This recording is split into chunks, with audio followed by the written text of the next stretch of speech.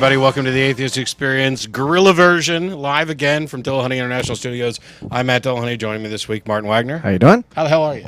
I am well. Good. I am getting better all the time. For those people who know, I went to the amazing Meeting 7 in Las Vegas, which I'll talk about here in a minute, and got sick in the middle of it, but it wasn't going to stop me, and now I'm feeling a little bit better. So yeah, we're doing this show live from, as I said, Dillahunty International Studio, the palatial, the roomy. And that was exactly the word I was going to use. Yes, yeah. You know, because it's just amazing. It's palatial, all right. It's just I don't the palace. Yeah, you guys get to see this segment of it, the segment with the couch, with me and Martin, and a little bit of the map, and the FSM and Muhammad. So you just have to imagine the rest. Yes. Just imagine the vastness of it. So we are live. Today is Sunday, July 19th, I believe, 2009. We're sponsored by the Atheist Community of Austin, a nonprofit educational organization promoting positive atheism and the separation of church and state. The ACA has weekly meetings at Romeo's and Barton Springs Road, beginning at around 11:30 every Sunday, except for the first Sunday of the month when we host a lecture series at the Austin History Center, located at the corner of 9th and Guadalupe. The lecture series begins at around 12:15, so get there about noon. The August lecture is supposed to be Chris Comer. Finally. Who had to cancel on a previous lecture, but that's fine. So we're looking forward to having her back and talking about that. In addition to this television program, which is actually kind of an internet streamed program over the summer because the TV studio in Austin's closed for public access. The ACA also sponsors a bi-weekly internet audio podcast called The Non-Prophets. That's PROPHETS. You can go to nonprofitsradio.com for more information about that show. We were live yesterday. We'll be live again next week because we love you guys so much that we're just going to keep doing shows. Something, huh? Now, have we gotten any sort of update, like from Frank, our producer, or the rest of it, as to how things are coming along at the Access Studios, what the progress is? That's a wonderful question. Do we have any updates on the studio? It's the control room's wired, the studio's not wired yet, and we'll know more about training in August. So far on schedule, hopefully September. Okay. In case you couldn't hear Joe, the studio's wired. The control room's wired. The control room's wired. The studio's not wired, and we're on schedule to begin training on the new equipment and stuff in August. Nice. Okay. So maybe we'll be back in the big studio in September. Yeah, I'm hoping for end of August, early September, we'll be back in the studio and out of this place. Yeah, maybe like just after Labor Day or something. Yeah. Although I must admit that it's nice to just, I don't know. Not have to. I get up, I go through the shower, I throw on some clothes, I sit around on my ass until everybody comes to my place to do the show. I'm like a kid. Well, I was on the way here today, right? And on the one hand, I'm thinking, you live practically in another city, as far as I'm concerned. I mean, I am way in the south of Austin, very far south. He's in the very far north, practically Williamson County. Yeah. And I am Williamson County. Yeah. Okay. So we could not be on polar opposites of the city more if we tried, and yet it was a faster drive here than it usually is for me going from my place to the Access Studio, because for one thing, I can take the very nice, fast-moving, efficient freeway, Loop 1, Mopac, right, instead of the start-stop, always jammed-up Nightmare Freeway, I-35. So that right there is always a horror story. Mm-hmm. And I was just able to. I was worried I was going to be late, as I am for many things, but it was just a straight, zoom, and near 70 all the way, no problems. Whereas, often getting to the Access Studio for me, even though it's a much, much shorter distance from my place, is just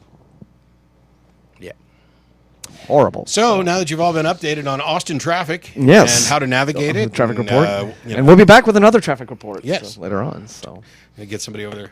Mm-hmm. I'm in the skycopter. All right. So as I've already mentioned, those shows. In addition, we do a number of social events throughout the weeks and months, including Atheist Happy Hour at the Dog and Duck Pub at 17th and Guadalupe every Thursday, beginning around 7 o'clock or so. In September, be on the lookout. We'll have another ACA Bat Cruise. I'll probably start giving out much more information next week, I would think. I've been out of touch. I even missed a board meeting because of TAM. So. That's a good reason. I didn't go into great detail, but I talked about TAM a little bit on yesterday's Nonprofits. Mm-hmm. I'm going to hit it really quick today because we want to get on to callers. We don't want to just sit here and, oh, Matt went to Vegas and had a good time. But there's a bunch of people, excuse me. There's a bunch of people that TAM sickness. That I think yesterday, and I forgot some people. So, I mean, running through, obviously, quickly, Nathan and the folks from the Society of Edmonton Atheists did something really nice. I was going to wear the shirt today, but I actually wore it last night. They made me an honorary member. I've got the little nice Society of Edmonton Atheists, and it says atheism is a non-profit, spelled correctly, organization.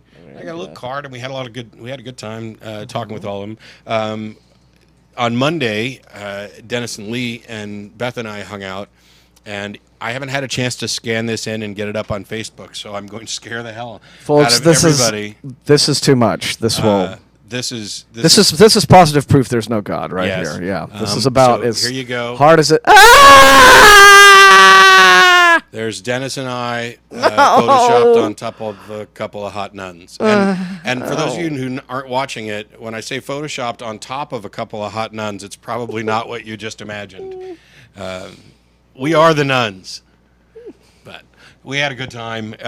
Much better than our viewers just did. Yes. Yes. My apologies. That's got to be disturbing. Not just because I have hair, but you know. Well, it's just so wrong for so many reasons. But it's Vegas, you know. Yeah. It's one of those wacky things. And I was going to let it stay in Vegas, but I don't really care. No. I'm going to share. We had a really good time. I met tons and tons of great people. In addition to the guys from Edmonton, Cecilia came and brought me a book, and then Rob and Matt and I feel bad naming people's names because I know I'm going to forget. Yeah, you're gonna leave someone out. Yeah. So suffice it to say that I had a great time, and I enjoyed. I greatly enjoyed meeting people who are fans of the shows, who had nothing but kind words to say about everything that y'all have done, and that we've done together. I know some of you are watching. I kid you not, it was easily one of the highlights of the weekend was getting to spend time with people who appreciate what we've done on the shows. Yeah. Really And is. I definitely plan to do my best to get to TAM 8, which will be at the South Point Hotel and Casino again next year. Yeah. I finally got to meet James Randi, which is something that I've been wanting to do forever. He's just sweet, really sweet man. I got to meet again or greet again a number of other people that I'd been wanting to see. I met Phil Plate for the first time, but getting to see Penn and Teller again and Matt King and Jamie and Swiss for a magic geek like me, and I won't go off on all kinds of. I spent a good chunk of yesterday's show doing the magic. No, geek it's cool. thing. I had a blast, and it was. I can't compare it to previous TAMs because I wasn't there. Right. I'm under the impression, if I'm going to be honest, that there were aspects of this year's TAM that didn't quite match up with some previous TAMs. I mean, it's hard to top Neil deGrasse Tyson's keynote from last year. Right. Well, I haven't read too many reports of this year's, and I haven't, so I wasn't there. The impression that I got, no, I was at 5 and 6. I was at TAM 5 in 07, January 07, and then they waited a year and a half to do TAM 6 in summer of 08. In many ways, for me personally, I thought the speakers at TAM 6 were not, except for Neil deGrasse Tyson, who was amazing. I mean, he had the room on its feet, and if you weren't a Neil deGrasse Tyson drooling fan before that speech, you were after it, right? But I think last year, the theme of the conference was supposed to be skepticism and the internet, and none of the speakers really spoke on that topic, including PZ Myers, who you would think running, the biggest blog in the whole atheism/science blogosphere, would have talked a little bit about, the experience of using the internet as to sort of help build this kind of community of godless science geeks and what have you. Yeah. Didn't talk about that at all. He gave a little science lecture. It was like going to one of his classes. Interesting, right? Yeah. But a lot of people did kind of leave that conference scratching their heads going, but no one's talking about the internet, the what was supposed to be the theme of the conference. So in that regard, I think that some attendees felt that at 6, the speakers weren't on the whole, on balance, as good as they were at 5. Also at TAM 5, we had Christopher Hitchens, Trey Parker and Matt Stone from South Park turned up. Right. And but for me, TAM 6 was more of a party convention than it was for me at TAM. Because at TAM 5, I wasn't yet back to co-hosting the show again. So I wasn't in, so nobody knew me, and I didn't really have anybody except for a couple of really close friends who were also there to meet. So I didn't really do as much of the social stuff at 5. I partied my ass off at 6. Yeah. So I imagine this year would have been even more of that. But what I've noticed on all of the advertising for TAM and also on the shirt for TAM 7, that it looks like they just went ahead and decided not to have an overall theme for this year's conference and just let this. Was that the case? I think it's fair to say that there wasn't a stated obvious theme that everybody tried to play it up to. Obviously, the anti-vaccination thing was a big deal.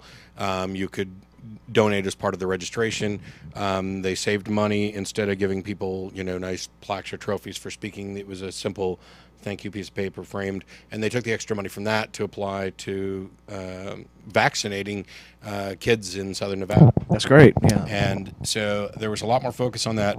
They did have skepticism in the media panel that featured Bill Prady, Adam Savage, Penn Teller, Jennifer Lett, and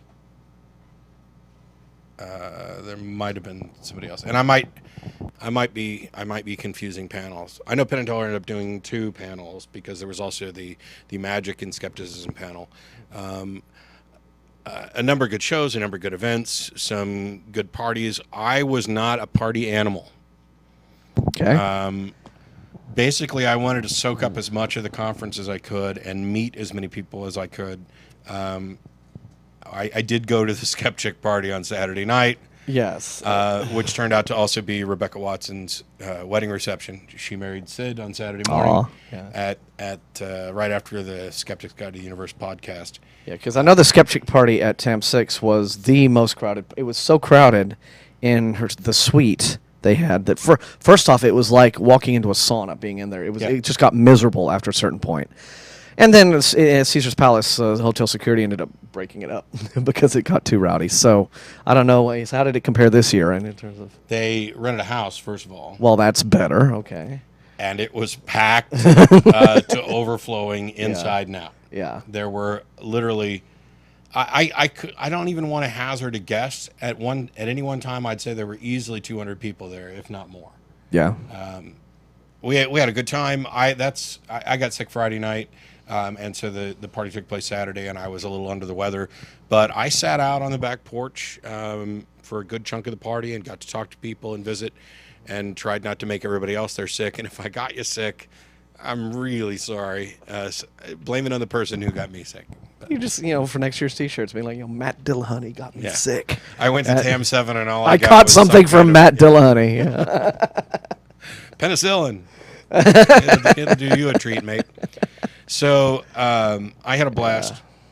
We're gonna, I guess, start taking calls here in just a minute if you want to get somebody. Well, I'm queued saving up. now. I will be at 8 again Okay. because it was very sad for me to miss it this year.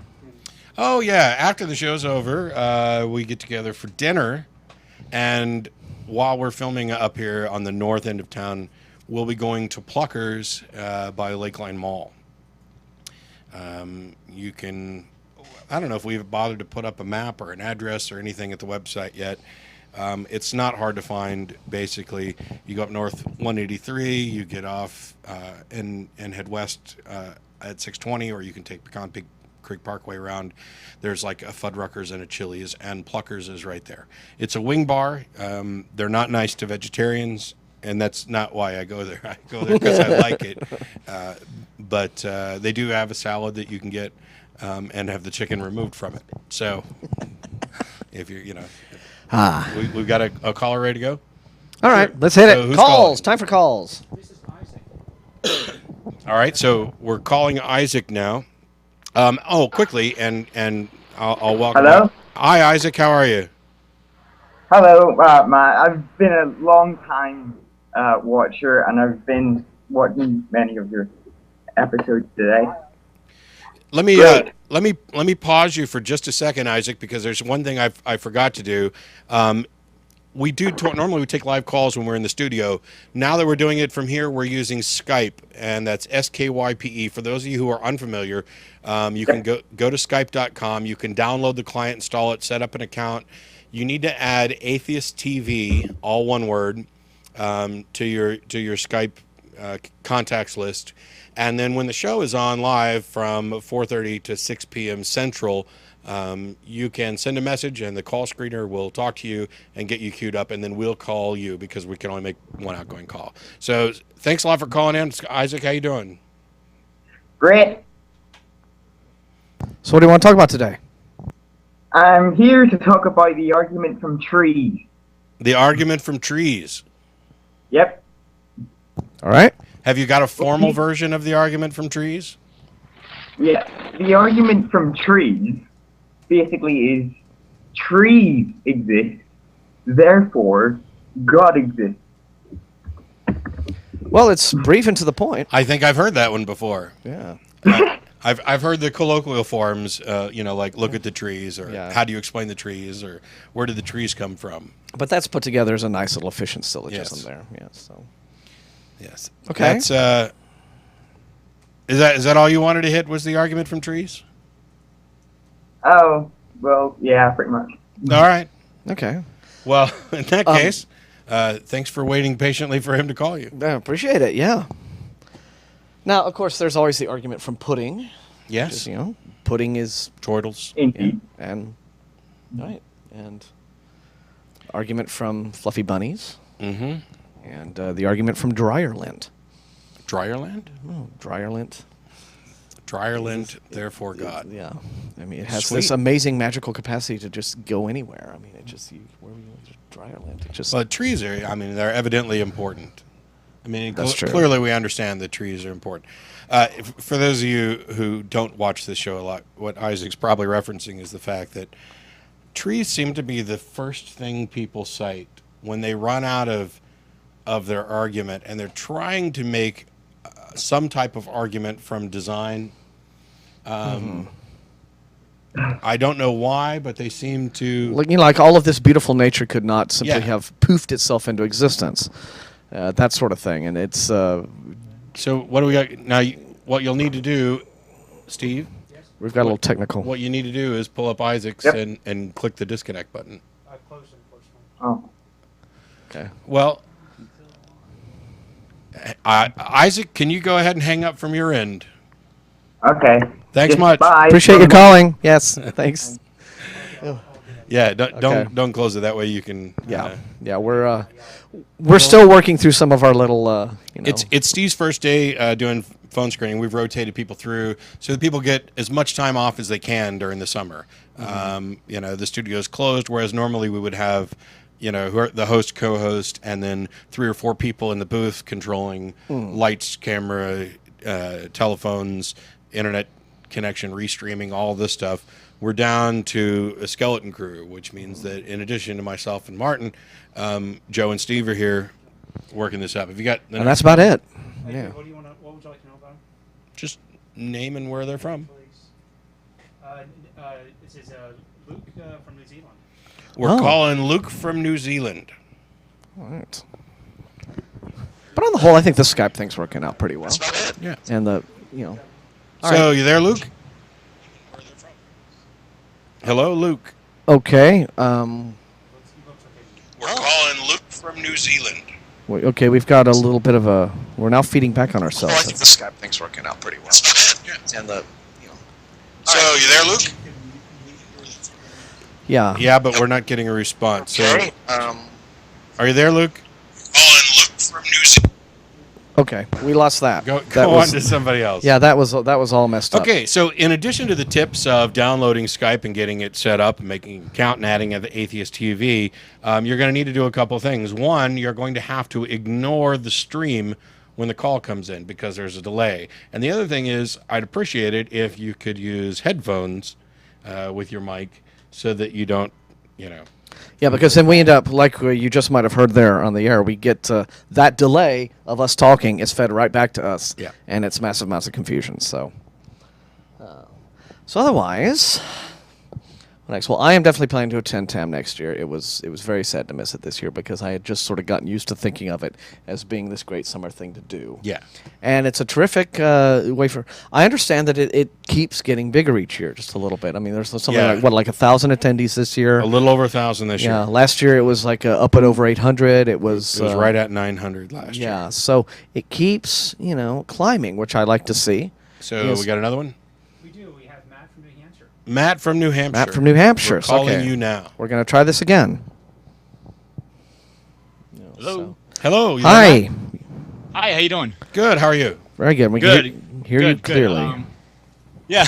This is kind of weird. I just had to mute the stream there. Yeah. Okay. So basically, I wanted to talk about schools in Iowa. I read this. I read this article that they're trying to propose the idea of having Bible history and literature as an elective in Iowa for, it sounds like, high schools. And I guess it's like they're also going to allow kids to read the Bible and even pray at the graduation. And from what it sounds like, it's even at the podium for graduation. Yeah, Which is- I'm not familiar with the story at all.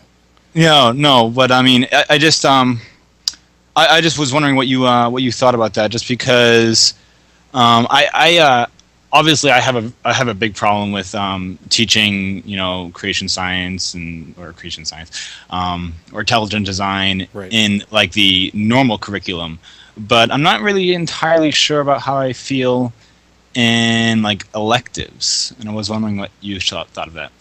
Well, the elective part of it doesn't make that much difference to me. You shouldn't be able to have an elective that teaches creationism. It's still a church-state separation violation, whether or not it's an elective or a required course. So the elective portion doesn't make any difference to me. What does make a difference is what they're teaching and how. And I have been in favor of teaching courses about the Bible as literature, the history of the Bible, anything secular about it. I mean, it's pointless to deny that this is a popular book that's had an effect on culture. And as long as they're teaching it from a secular standpoint, I mean, I teach about the Bible on numerous occasions, and so I actually think it's beneficial because if taught properly, and I'm not talking That's the about problem. getting some anti-Christian, anti-theist in to rant about all of the absurdities. I'm talking about just teaching it properly and fairly from a secular perspective with no proselytizing. I'm not only in favor of it, I'd almost want it to be required. Now, with regard to praying at the graduation, that's a whole nother kettle of fish. And if we're talking about public schools, I don't see how they can get away with it. Well, I've noticed that prayers, benedictions are things that happen at graduations as a matter of course. Yeah. And I think it's just something that hasn't ever really been challenged in the past, maybe because of course, most people don't seem to mind it, right? And there's also the whole issue of they'll usually have a student do it, so they can argue that it's like a student thing, and it's not a promotion of religion. It's just, which I can't see how it could be anything other. But there are all of these kind of legal semantics that they It's apply been to kind of- challenged in yeah. different places, though. Round Yeah. Rock schools here in Austin did this. What they did was basically allowed the students to vote on whether or not they were going to have a prayer. Well, how convenient is that? Well- Now all of a sudden the school's not leading the prayer, and it's the students' decisions. It And doesn't it's matter to 83% me. already. It doesn't matter to me that the students voted on this. Yeah, you can't vote to do something that's a constitutional violation. Yeah, if the students voted to I don't know, Kill someone. enslave the freshmen, Yeah. and make every freshman your bitch. I'm pretty That sure would get a lot of hands up, but but probably everybody Yeah. who's not a freshman would probably vote. And there's also the problem that they already start off with the majority of a lot of people already are religious, and therefore that's why it doesn't that get. majority is probably going to Yeah, nobody just. But getting back to what you were saying, that is the key problem there in even having these courses as electives is teaching it properly. Yeah. Maintaining the proper secular approach and making it, this is a Bible as literature. This is being taught in the context of a history curriculum, the development of civilization, what have you. And that the problem is, of course, keeping the proselytizing out of it. And what we have had here in Texas, because a very similar thing has been proposed, is that the curriculum that has been proposed has immediately run into massive constitutional, not even speed bumps, but brick walls, because it's very clear when you look at the curriculum that's proposed. It's like, yeah, this stuff was put together by the Christian right, and it's this hardcore, you got to get right with Jesus stuff. And it's all about, proselytizing under the guise of, we're just going to do, a very proper, neutral Bible as history course. When you immediately look at the curriculum they propose, you're like, no, that's not what that is. This is Sunday school. This is what you're trying to do, is have Sunday school in public school, and it can't be done. And I'm not sure what the episode number is. I'm sure somebody will look it up. If you go back in the archives, the Texas Freedom Network paid for a review of one of the proposed Bible courses that they were going to introduce, and I did a lengthy segment. So it was probably before I took over as host, probably while I was still co-hosting. So you're probably going to have to go back about 4 years or so. Oh, I've only gone back to like 590 or so. Yeah, which is about 20 back from now. Yeah, so I'm not, and you're probably not going to be able to get it. Well, you might be able to get it at Google Video. I don't know, but somebody can find the episode number. The archive's up there, but there were huge problems, right down to putting a picture of an American flag on a book about the Bible. They're drawing connections that they got no business drawing. Wait a minute, the first president wasn't Jesus. What do you mean? The vice president wasn't St. Peter. What's this? I actually found the article right here. I can read the little paragraph. It says, the proposal, if adopted, will have schools offer elective classes that permit arguments against evolution and discussions on the Bible and history and literature. School officials say they want to set clear rules for religious expression, et cetera, et cetera, et cetera. Okay, well, right there, why would a curriculum that presents or that allows arguments against evolution be in any way appropriate in a course that is purporting to be a Bible as history course, or this is exactly what we've run into in Texas. These are folks in the Christian right attempting to find ways to sneak the ability to proselytize through the back door. Yeah, arguments against any scientific idea are by definition part of science. Yeah. They're not history, they're not literature, they're not philosophy. So I think this is clearly just a stealth way to try to get in their objections to evolution under some other label.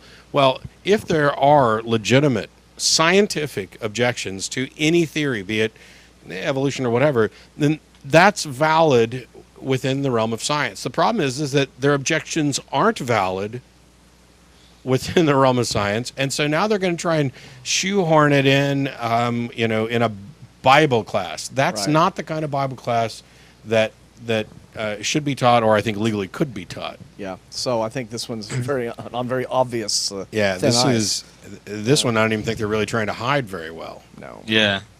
I also I was telling my parents like today, I guess, about how Ireland recently passed that whole what is it, that law that can fine you for 25,000 euros for blasphemizing. Yeah, the blasphemy laws. That's. And they're like, what's the big deal? It's in Ireland. I'm like, it's a very big deal. It's the concept of free speech. Yeah. Period. Yeah. Well, they're following the UN's lead.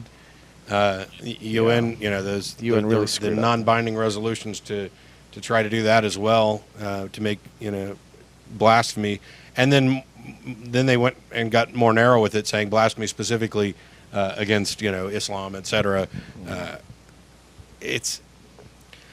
I'm pretty much for freedom everywhere.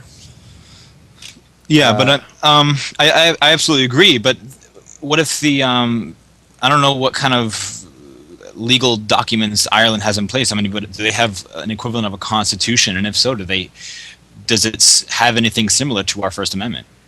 Yeah, I doubt it. Or, well, I would guess that there would be something similar, but I know nothing at all about this. So Odds are we'll get somebody. I mean, from there Ireland to were call in. blasphemy laws up until very recently in England. Yeah. And then they were struck down as being, not exactly friendly to free speech, which is a concept that they're taking more. I don't think they have something that is quite the equivalent of our Bill of Rights. And I think that's why our Bill of Rights was put together in the first place by the Founding Fathers, because where they came from, they didn't have such a thing. And they were bound and determined to do their business over here a little bit differently.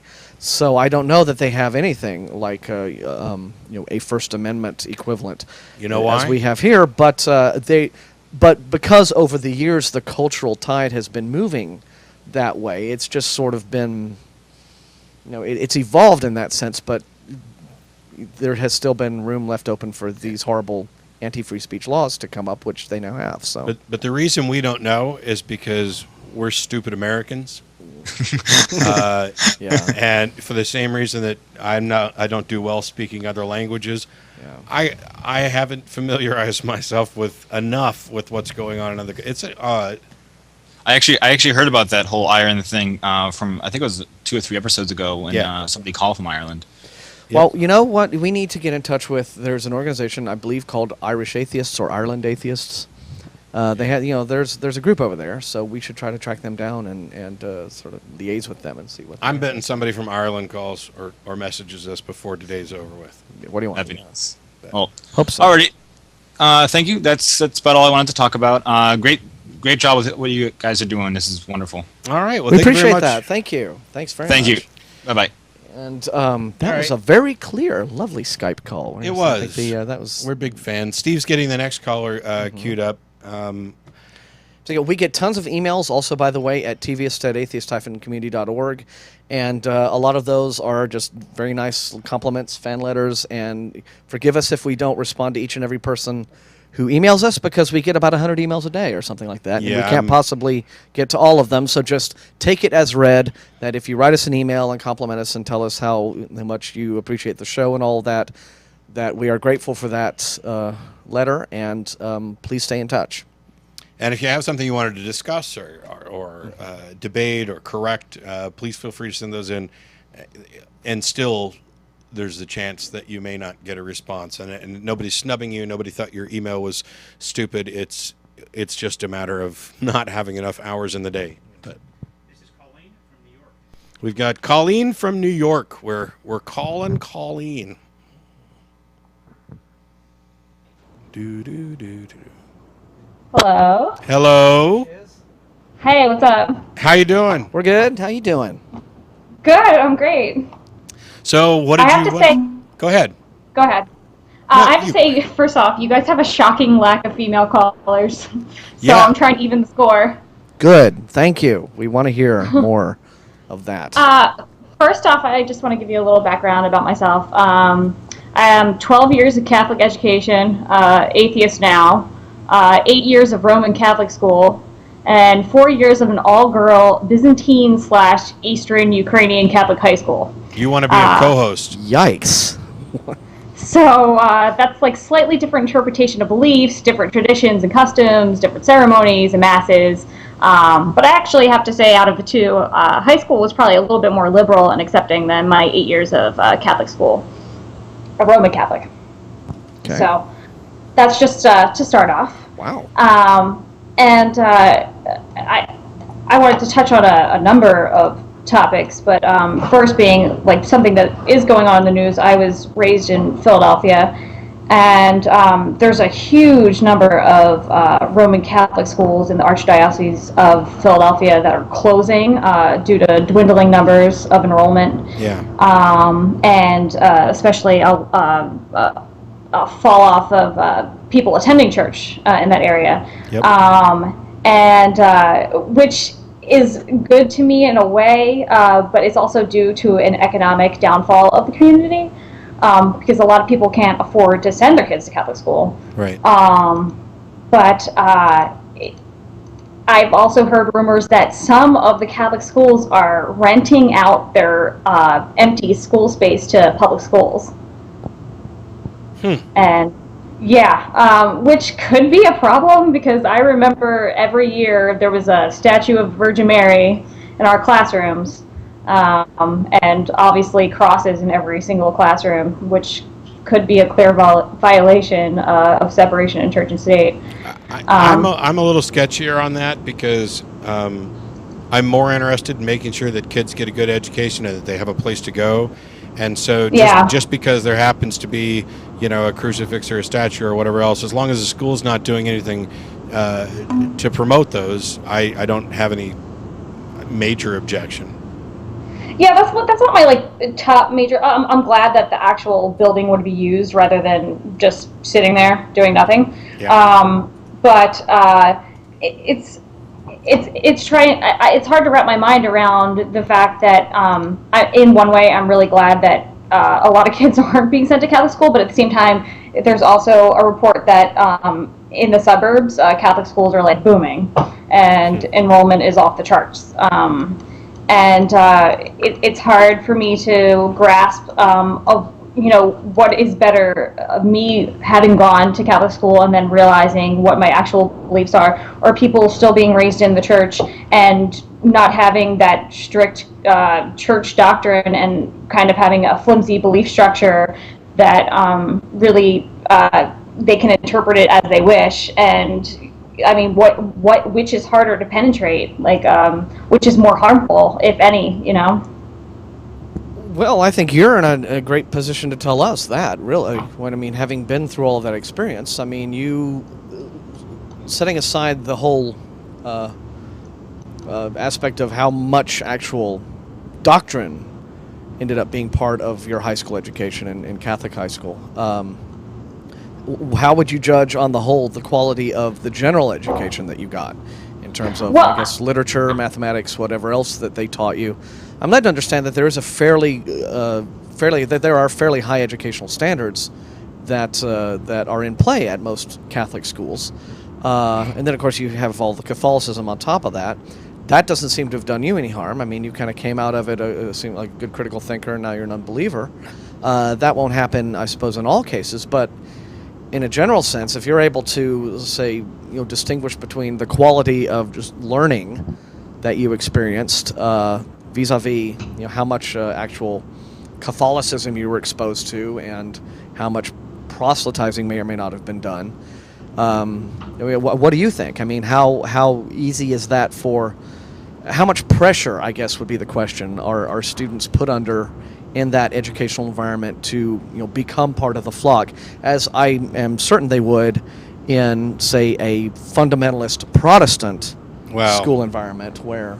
I'll let Colleen answer this, but Yeah. I think what you're doing is betraying kind of the perspective that we have. At least my understanding, there is no becoming part of the flock in Catholics. You're pretty much born into a Catholic family and raised as a That is so Catholic. true. Yeah. I've never had Catholics knocking on my door asking me if I wanted to go to Mass. that's what I'm trying to find out, I suppose. Yeah. So. No, Yeah. I was baptized, of course, and that's where they get you. The indoctrination starts when when the parents decide what is best for the child is to introduce them into the church, and so therefore I was baptized, and I have to say, it was picking Catholic school was for my parents, the better of two evils, I suppose, because. In Philadelphia, the public schools weren't great. I would have been eaten alive. So Catholic school was definitely the better way to go for my education, at least. Now, do you find that, because on the one hand, you've got people like Dawkins, who I generally agree with, talking about how raising a kid, saying this is a Catholic kid, or raising them in a particular religion is tantamount to child, or he says is child abuse. And I'm kind of on board with him. To kind of touch on what Martin was saying, obviously you made it through the other side. I made it through the other side, even though we're coming from different religious traditions. And so people could make the argument of, well, how bad could it really be? And I think that's kind of looking at it backwards. Instead of saying, how bad is this? The correct question is, how much better could we make it? I would have to start off by saying I think, for me, at least in my case, some people weren't affected by it as much as I was, which is something that I also can't grasp my mind around is the fact that I was affected in this way, and some other people are seemingly unaffected. Maybe I thought about it a lot more than other people did, but I do consider it child abuse. What I had to experience, I don't think any child should experience. That's pretty grim. Despite the better education that I received. I just remember I started at 6 years old, first grade, being told that there was something I had to be sorry for, and being made to feel bad about myself, and saying that I had to pray for mercy from God, and thinking at the age of 6, what the hell did I do wrong? It's more of a mental abuse. I never had like a nun hit me with a ruler, but you don't need physical abuse to affect you, obviously. Well, right, yeah, because a child is completely defenseless against that whole authoritarian trip.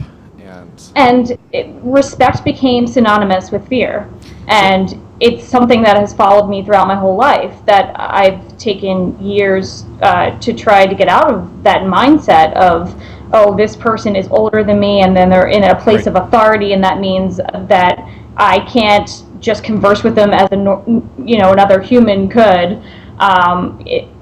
It has been a troublesome thing in my life that I'm just beginning now to really get through that. But that's a recipe for adult neuroticism right there.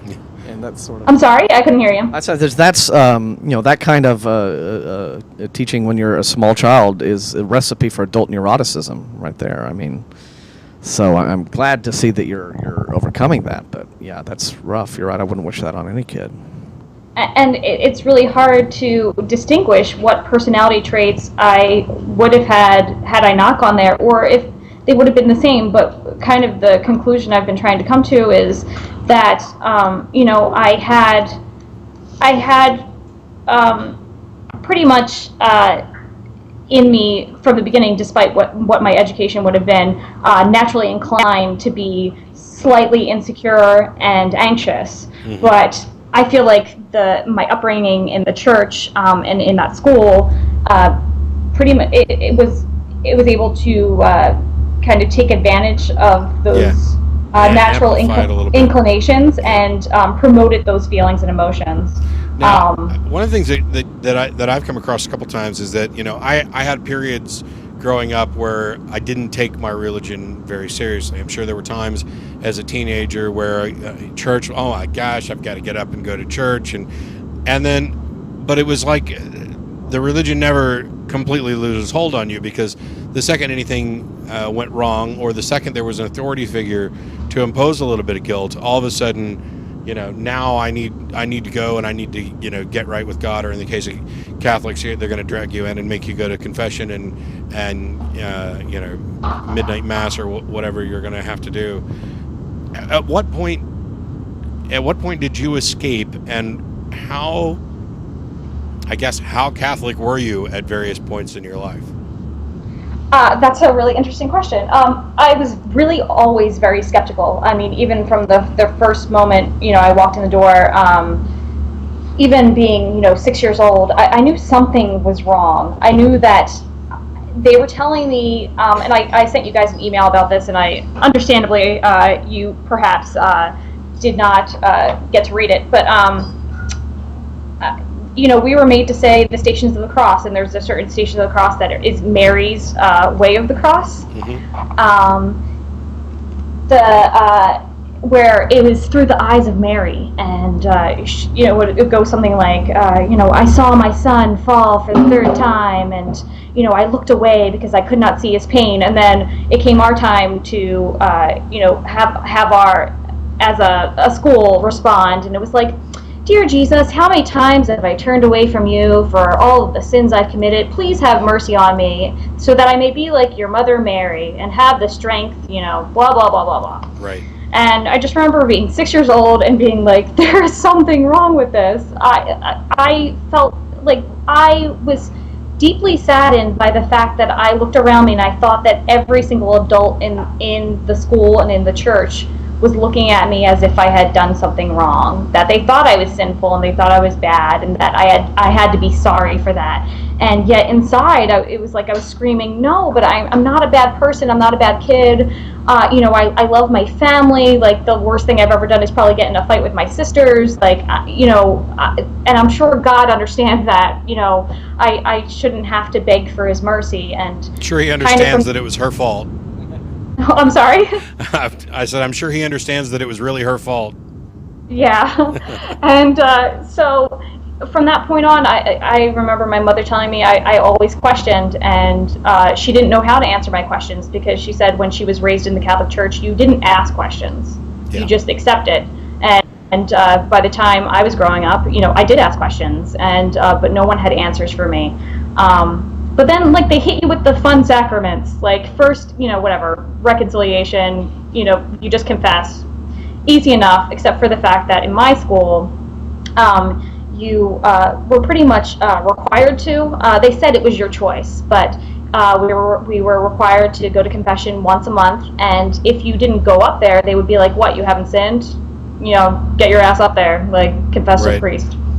And even though we by that point, reconciliation had evolved to the point where you could do it face to face with the priest, which would seemingly make it more personal, but either way, it's intimidating. You have this older man, staring at you, telling you, like, or worse, tell him what you've done wrong. Yeah. And from there, it's like they make Eucharist this, fun little retreat where you get to wear a pretty white dress, and you're kind of fazed by that. But then after, age 8, you're like just sitting there holding on, waiting for confirmation, which is just such a sham of a sacrament. Obviously they all are, but you're like, by the time I got to confirmation, which was around age 11, I remember telling my mom, like, I don't want to do this. Like, I see no point. I don't understand it. And she pretty much, sat down with me and asked me to just do it, because she knew it would be a problem with the school. And she said, you can choose to do whatever you want after confirmation. And after confirmation, pretty much after 8th grade, I would say that's when a true separation really started, because that's when I decided I'm not going to go to church, and I'm not going to, take the Eucharist every week, because I don't know what I believe, and I'm not, I didn't feel true in doing such an action, because they, when you're raised in the Catholic Church and they hold it in such high regard, then I decided that it wouldn't be right for me to do that, and I haven't done that since the age of, I believe, 13. And the last time I had him was on the TV show. I'm sorry? I'm sorry. I was just jumping in with a joke about I pissed off a bunch of Catholics. There's actually like a Facebook page that Schilling found that's Catholics Against the Atheist Experience, because they stumbled across the episode where I was eating Eucharist crackers with queso on the show. Oh, that's hilarious! I didn't get to see that, but they're a little I used to play like Eucharist. Like, I used to take a bowl of better cheddar crackers and like a cup of Welch's grape juice and play that just to prepare myself, because it was serious. And you made a prayer corner in your room, and you did what your teachers advised you to do, and it seems ridiculous, but I mean, it's just, and actually in my high school education in the Byzantine, like Eastern Catholic, it's not the wafer. I don't know if you guys know this. It's actually a little piece of bread soaked in red wine, and they serve it to you on a golden spoon and drop it in the back of your throat. Yum, right? Wow. Sounds great. They have cheese with that? No, I wish, but I never. By that point, I was like done with that, so I never even tried it. But I heard it's pretty gross. I'm sure it's a very cheap wine. I'm sure it is. I remember, like, I used to be a cantor for my Catholic school. Like, they got me at my Holy Communion, and I sang for the church for about 3 years after that. And one time, it was only once, they let me drink the wine, and I was probably like 10 years old. Nice. And all I remember is taking a sip of that wine, and the nun next to me was like, "Don't make a face, don't make a face, don't make a face," because it was so bitter. And obviously my opinion of wine is different now than it was when I was 10, but it was... I mean, if that's what Jesus' blood is made of, I mean, he must have been like wasted 24/7. This is my blood. Talk about very high blood alcohol You content. know why I say some of the stuff I say. But when I got to high school, it was my high school was because we had people in even despite the fact that it was a Catholic high school. We did have people that were, Greek Orthodox and Muslim, and so they were much more accepting of differing beliefs. But yet, by that point, my father allowed me to start watching George Carlin when I was like 11 years old.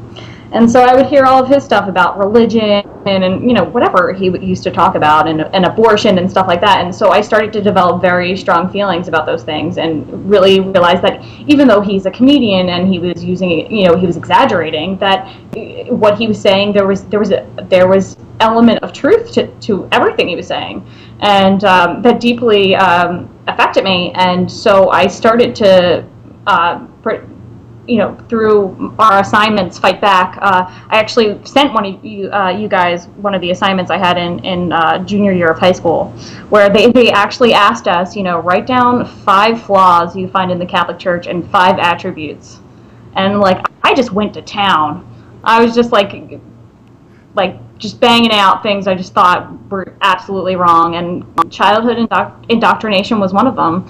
And they weren't received extremely well, but I bet. That's when I was allowed to really voice my opinion for the first time of what I really thought about everything I had been taught up to that point. And an interesting side note is that it always bothered me the response I got from my teacher regarding that paper. And last year, I contacted her, and I went back to my old high school and I interviewed her. And I have about 2 hours of tape in which I asked her about how she felt about what I wrote, and then I argued my side, and she argued hers. And obviously, there's a lot more material there than I really need it, but I haven't edited it yet. But for me, it was good to get to discuss something that had troubled me for so long. Yeah. Well, we're glad to hear that you made it out the other side and found the show. So, and thanks for sharing all of that. There's That's a amazing. ton of people waiting for us to call them. So I'm gonna Sure. kind of. Can I just quickly, if you guys do get a chance, please look at that email. I would love to have your opinions because one of them is a assignment from 8th grade where my teacher asked me to write a letter to Jesus. Mm-hmm. No, it was a letter from Jesus to the teens of America about sex, and then the second one is the one about the flaws of the Catholic Church. So if you guys, I would love to have your opinions on it. Okay, that would be great. Joe just told me that John Icoletti's already commented on the email, so I'll get with him to make sure I've got a copy. Right. Cool. Yeah, Awesome. do that, and All right, I'll it's try to great read it to talk myself. to you. But in 8th grade, a letter from Yeah. Jesus to the teens of America about what they needed to know about sex. Yeah, basically warning them about sex and that people are going to try to influence you, that people might try to take advantage of you. And there's actually a line in there where I say, the way you act or dress may lead on to rape or date rapes. Nice. Lovely. Yep. I bet Yeah, you got an there's- A.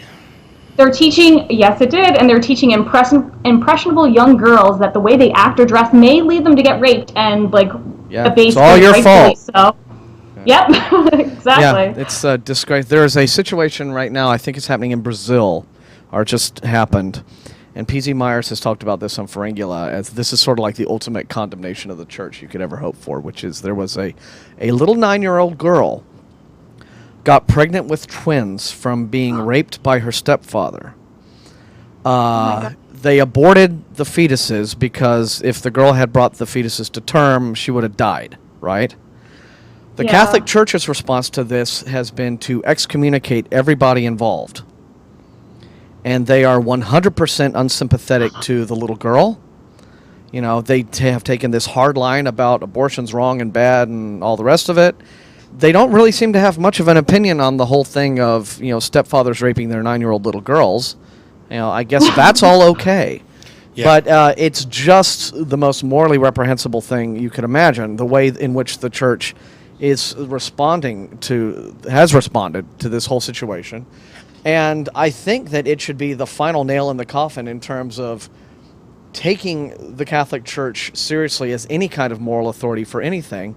And my comment yesterday was, you know, what I find most absurd about the whole thing is that the RCC seems to look at excommunication as being this horrible, fearsome punishment. When, as far as I can imagine to a really devout Catholic, yes, it probably would be, because you're essentially being told, yeah, you're damned to hell for all eternity. When I think the way people really need to look at excommunication would be from the perspective of, the neighborhood third graders are telling you that you're banned from their fort.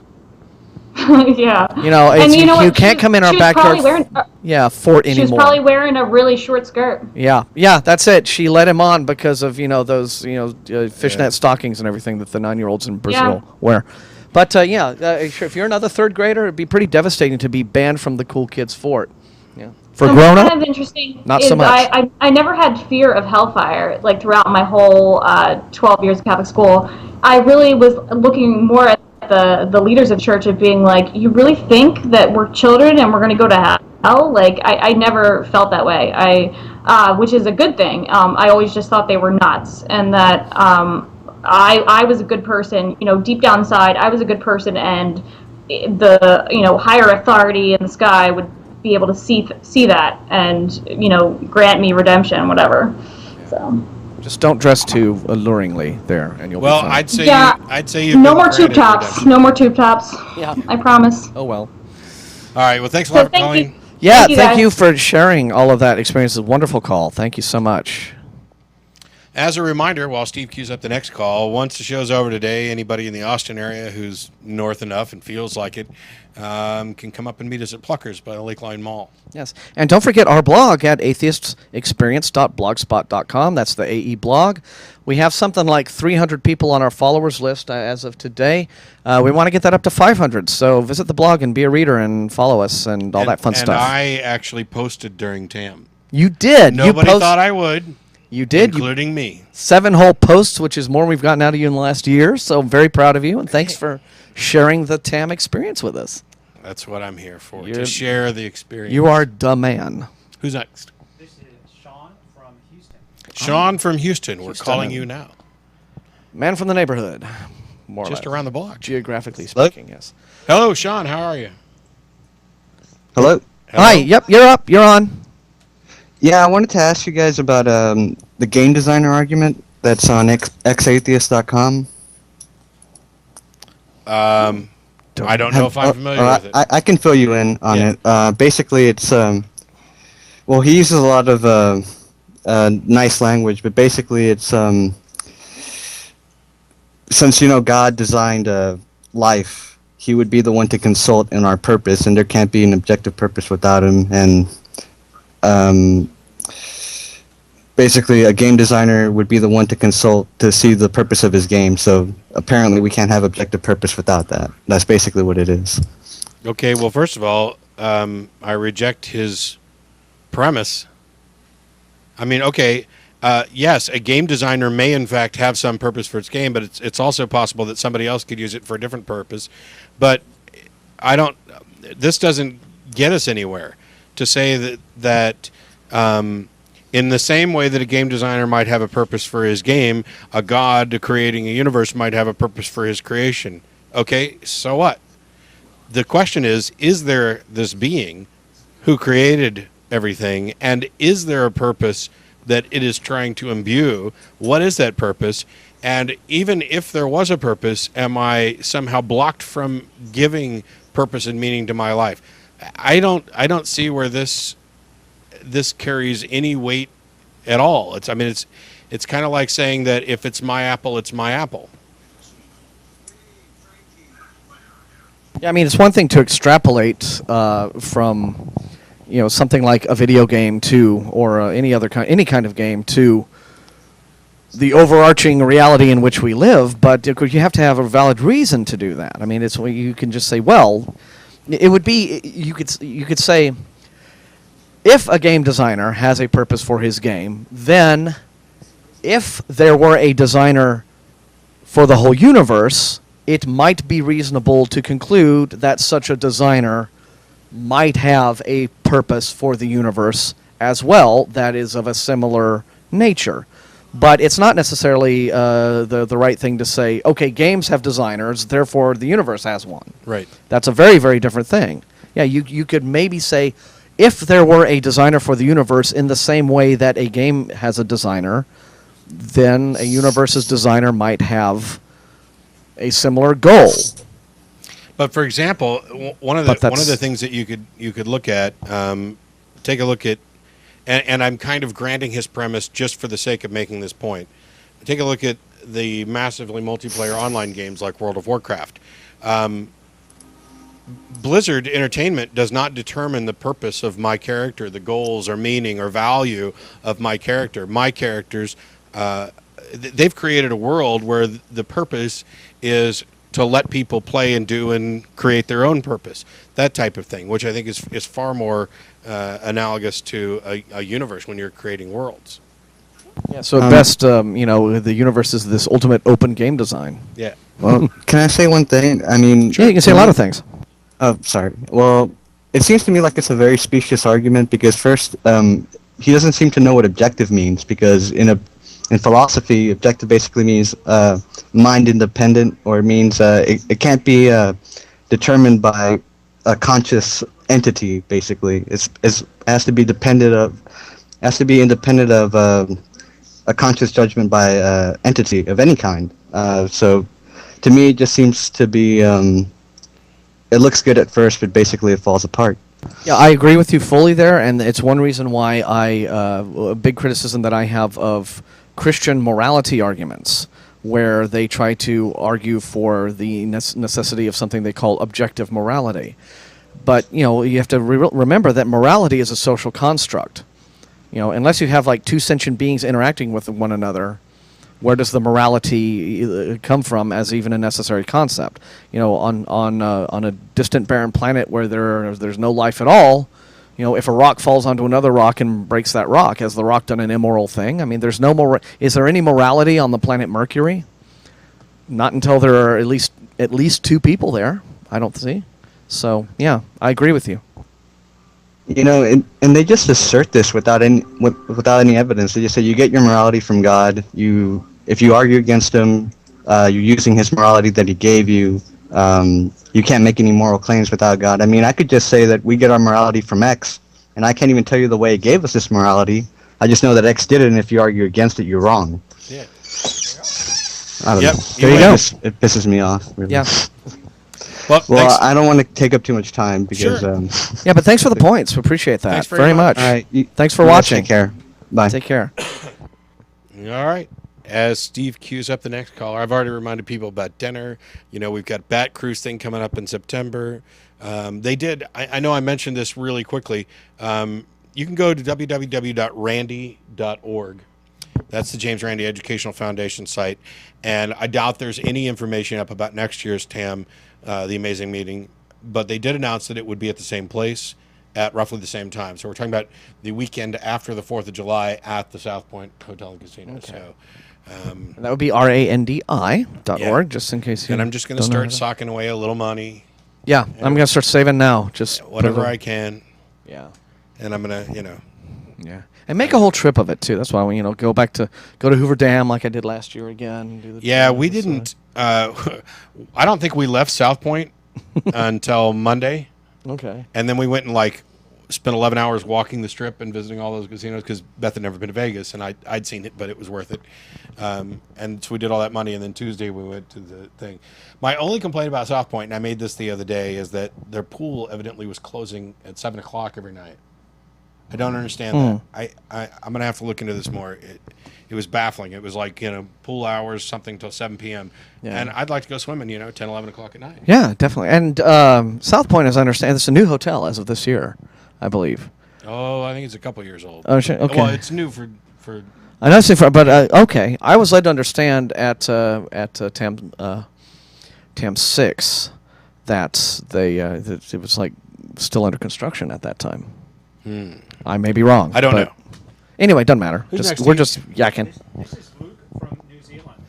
Luke from New Zealand. Didn't we Okay, try Luke yeah. from New Zealand before? He solved it. Okay, all right. We're back with Luke again. I think he's solved his issue. We couldn't hear him very well. Okay. Yeah. Hey, yeah. can you guys hear me? Yeah. How you doing, Luke? Oh, I'm good, thanks. Sorry about the first time. No problem. It's all right. You sound great. Yeah. Okay. Kia ora, which is a New Zealand greeting. What was the greeting? Kia ora. Kia ora? Yep. All right. All right. Learned a new thing today. Thanks.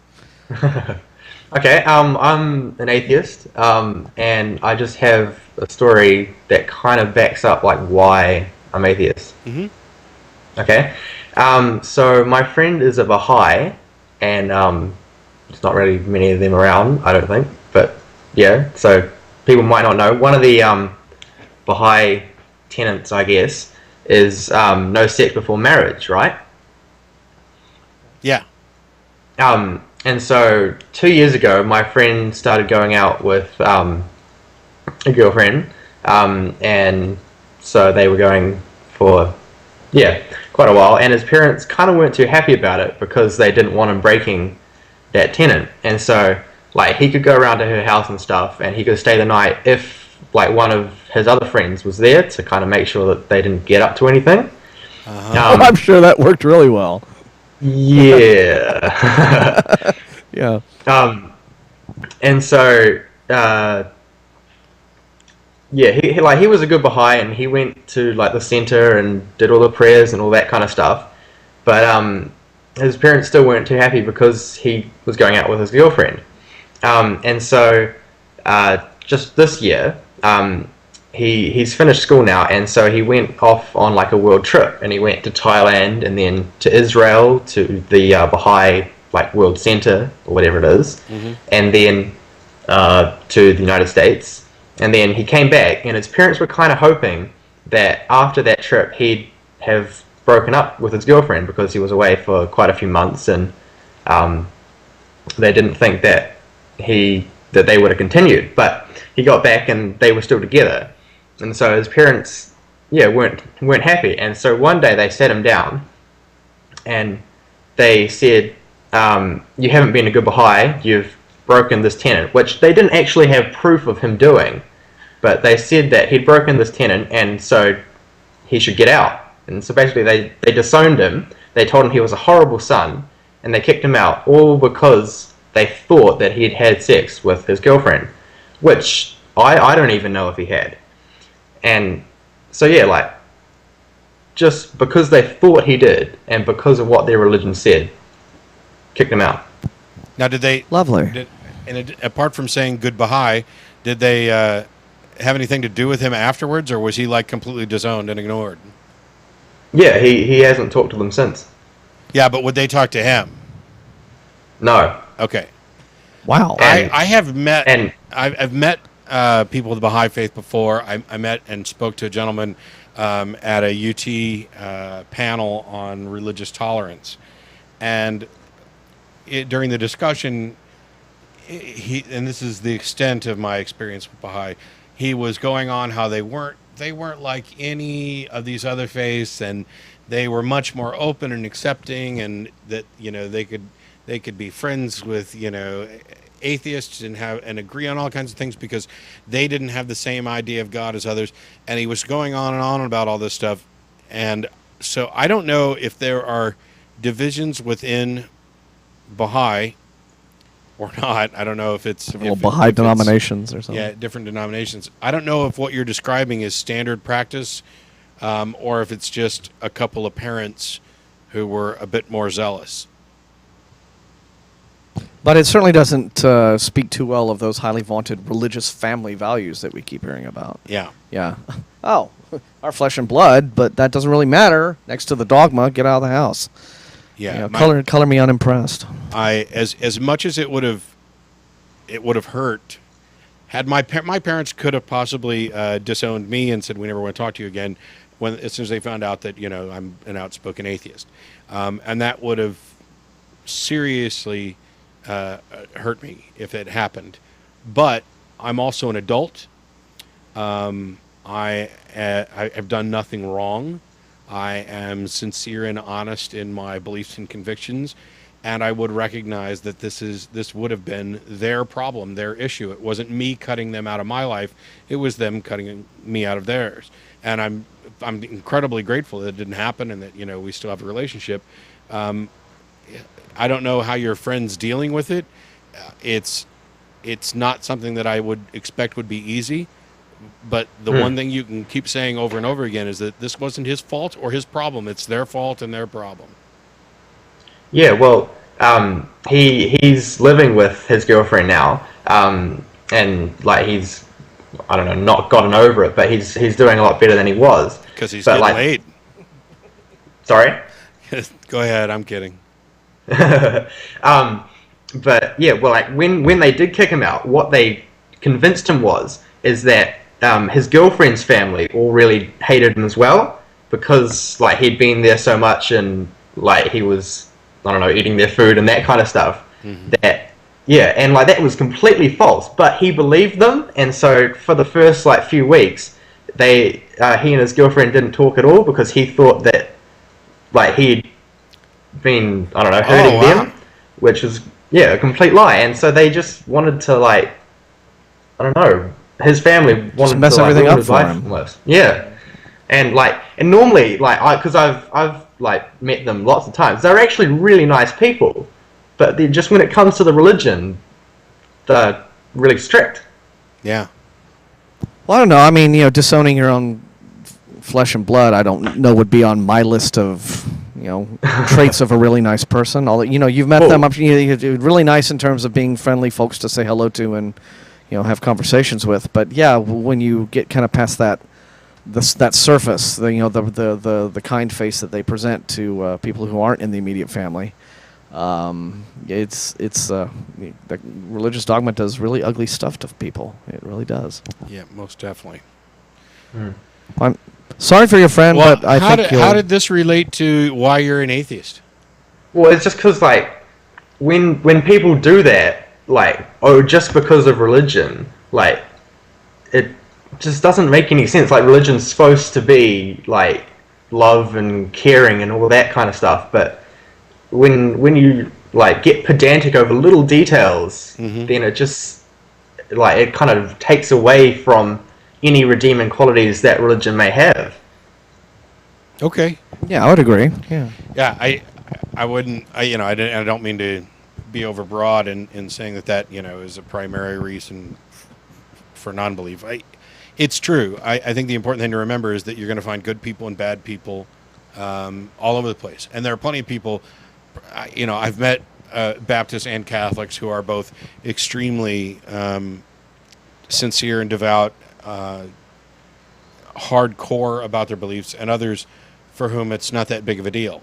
And I would imagine that you'll find something similar in Baha'i or any other religion.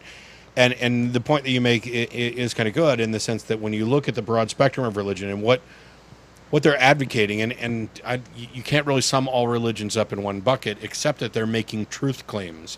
And by and large, the claims they're making tie into interpersonal relationships and in a way where they would convey it as positive. We not only have the truth, but we have this special perception of the truth that allows us to live a more moral life. Not that they're necessarily more moral because of their religion, but they have the capacity and the understanding to properly appreciate morality. because of their religion. And that's demonstrably false. Right. And Well, and what I find has speaking. been interesting about the whole show today, was, our caller here, and then earlier with Colleen, is we've now gotten a lot of these testimonials, as it were, of how various individuals have come to reject religion, and I'm seeing this pattern of it comes down to a certain point where there is a very clear sense that there are real human injustices going on here.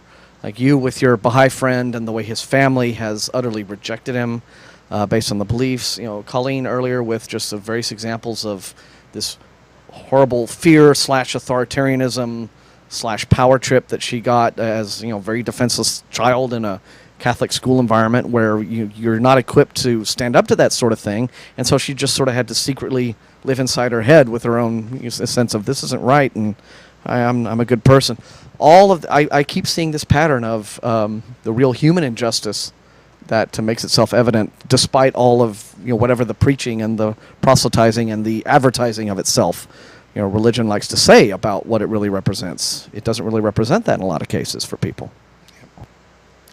Well, Luke, we appreciate you hanging out and making receiving a second call from us today. Yep. Well, no, thanks a lot, guys. And I'd just like to say, for all the people on the chat, sorry for saying like so much. Okay. Yeah, they're kind of giving me a hard time. Oh, But I really love the show, and thanks for having me on. All right. And we love to hear from our viewers all over the globe like yourself, so we thank got you. like 14 minutes or so left in the show. So we're going to say like as many times as we actually can. less. There's about 12 minutes and some change because we got to stop at the 58:30 mark. So they're like 12 minutes Steve's left. getting another caller queued up. Yes. As a reminder, we'll be back again next week for sure.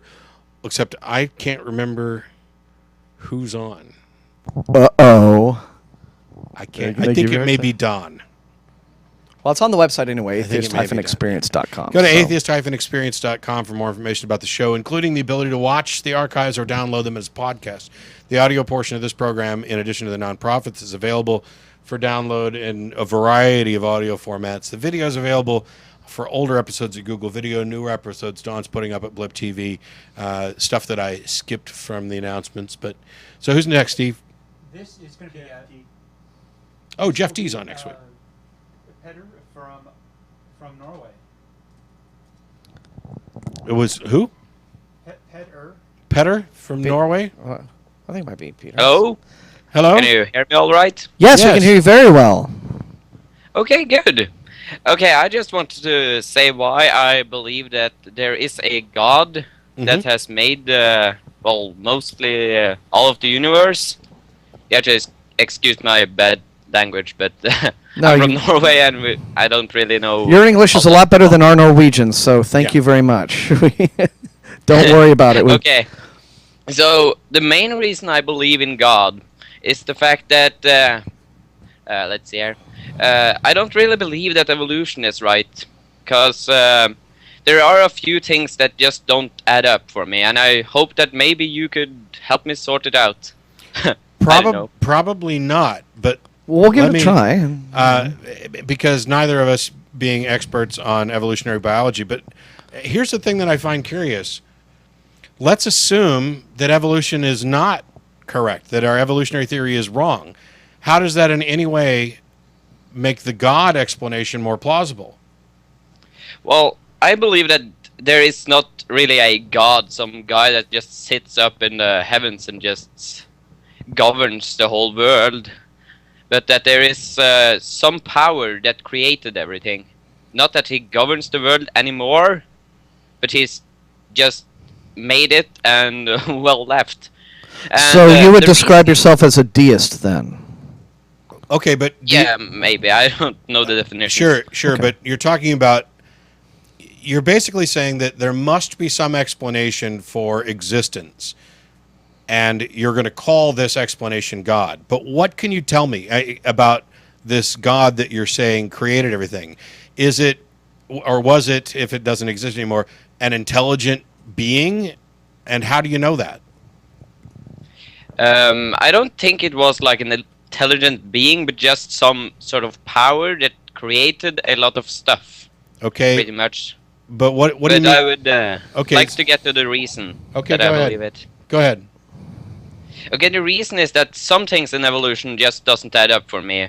For example, if you take poisonous frogs, they're poisonous, but according to evolution, that just doesn't make up. How would they have a longer lifespan than other frogs that are not poisonous? Well, it's probably because their poison is not necessarily poisonous to themselves. It's if, like I said, Matt and I are not experts on biology, but I'm quite sure. But I am But a you big could- fan of poison dart frogs. Yeah. Who actually are not naturally on their own biologically poisonous. It's a product of the ants that they eat produces an alkali that allows them to create the biotoxins that they have. But let's say there's two different species of frogs, and one of them develops this ability to secrete a poison from their skin, and the other one doesn't. Now, for an individual, they are equally likely to be eaten by a predator for the individual. But for the group, the ones that are poisonous are less likely to be eaten, because if for example, I see Martin eat this frog and fall over dead, I'm going to stay away from those frogs, and I may instead go eat the other frogs that I've seen Steve eat and he didn't die from. I mean, there are plenty of reasons that this would allow for the improvement or the continuation of a species. Yeah, but as you said, the individuals have the same opportunity to get eaten, and Right.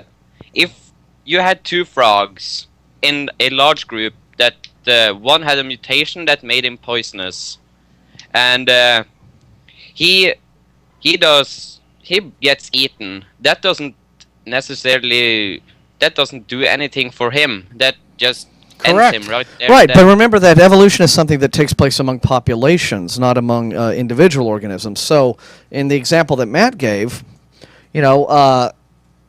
once it became very clear to other life forms, other predators, that hey, if you eat the yellow frogs, you'll die, and if you eat the green frogs, you won't die. They'll stop eating.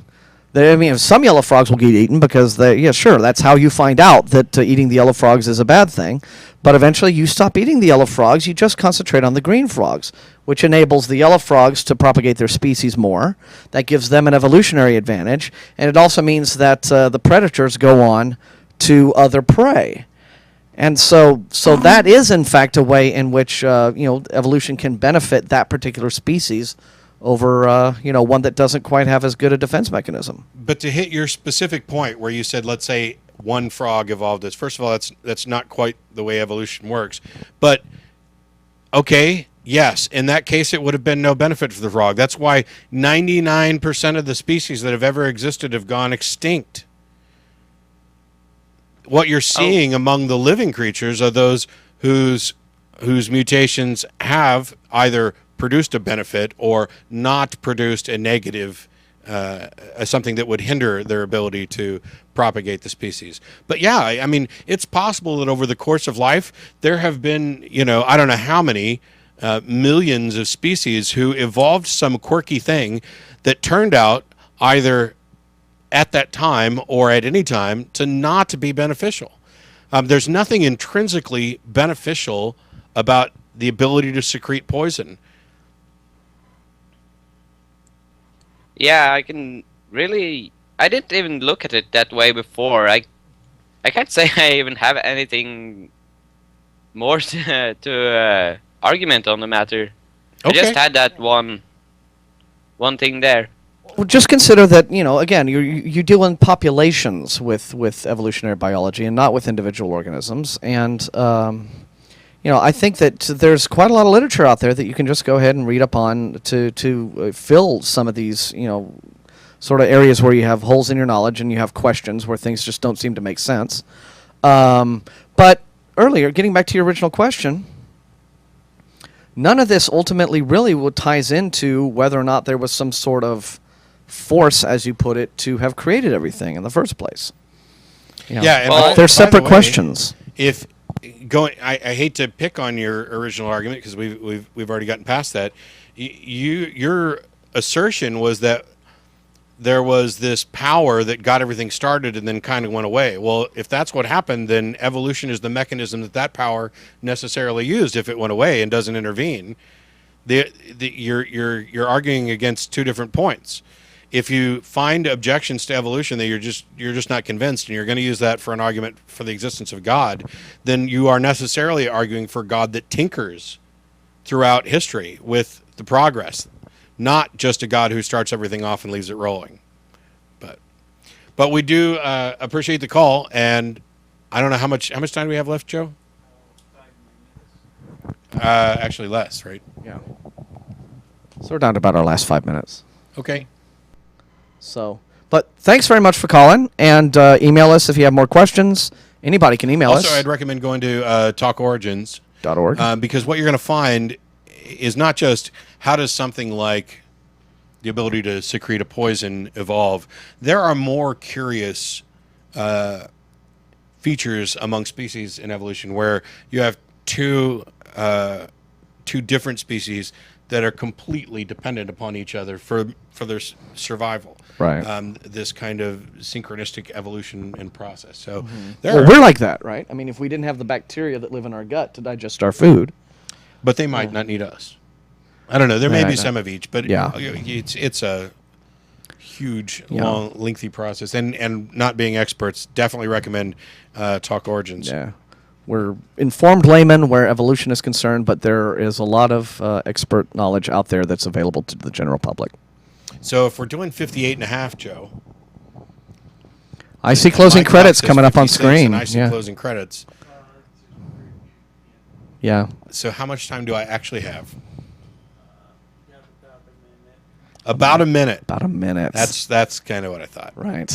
So thanks to Martin for driving across town to do the I enjoy it very and much. Joe and Steve for showing up to do the setup and handling all the calls. Thanks to everybody who tuned in and who called over Skype. As a reminder, you can download Skype at skype.com. Set yourself up an account, and what you want to add is Atheist TV. That's ATHEIST TV to your contacts list, and you can message us when the show's on every Sunday from 4:30 to 6 p.m. Central Time. You can visit the website, atheist-experience.com, the ACA's website, atheist-community.org, and you can email us at tv@atheist-community.org for more information about the show or to send in feedback, questions, criticism. And the blog at atheistexperience.blogspot.com. And if you're in the Austin area and want to join us, we're going to be heading to dinner here in about probably 20 minutes. To eat a bunch of chickens who didn't secrete enough poison to protect Yes. themselves, so they have lost the If they evolutionary. had developed the poison, If only. we wouldn't be... Actually, some of the wing sauce they have at Pluckers is pretty close, but I wasn't going to say anything. It's hot. Anyway, Yeah. thanks everybody for tuning in, and we'll see you again next week with Jeff D. Bye. Oh, and now you can push the button to play the music again. Oh, music. Music? Again? More music. Open this door, but don't walk through. Need a sun.